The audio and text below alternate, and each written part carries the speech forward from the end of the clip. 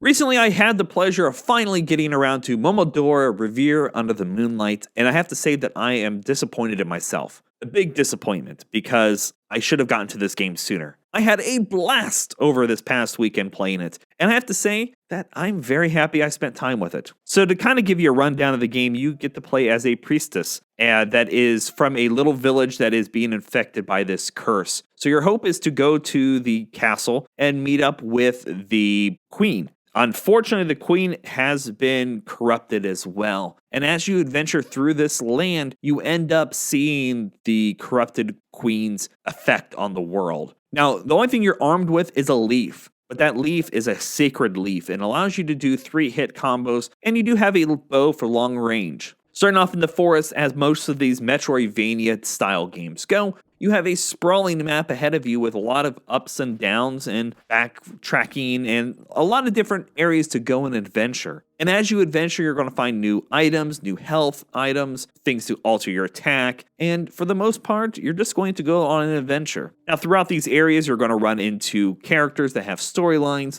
and those storylines can alter depending on if you help them or talk to them or interact with them at all as you adventure through this world. The game itself is not super long. You're looking at maybe a 5 hours-ish kind of span. I did some backtracking, and midway through the game, you get a new ability. I don't want to go into spoilers on it, but you're able to change things up and then go back and adventure through your past areas to give you kind of more items for the ending boss fight. Now, throughout the game, you're going to run into a handful of bosses, and most of these fights are not too bad. They're pretty easy, straightforward to understand, and for the most part, work really well. And I was very happy with them. Felt like all the dialogue for the NPCs worked really well, and for the most part, it was just a fun little experience. The art style was solid, the little bit of music and sound effects all sounded top notch.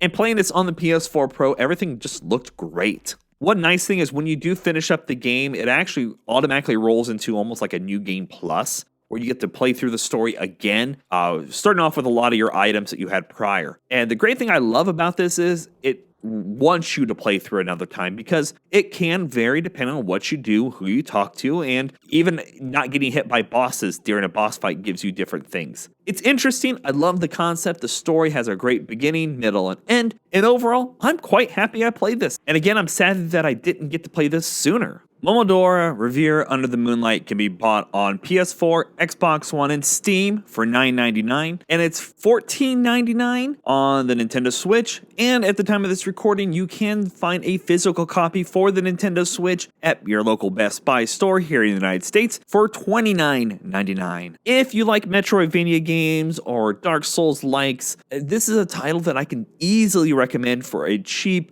weekend game to kind of play out and have fun with. So that is our review over Momodora Reverie Under the Moonlight. If you'd like to see some gameplay footage on it, click the link to your left. That'll be a running playlist from start to finish. And if you loved what you've seen there and you want to see some more, click the link to your right. That'll take you to the channel itself, where we have tons of videos going on over there. Until next time, you guys, stay frosty.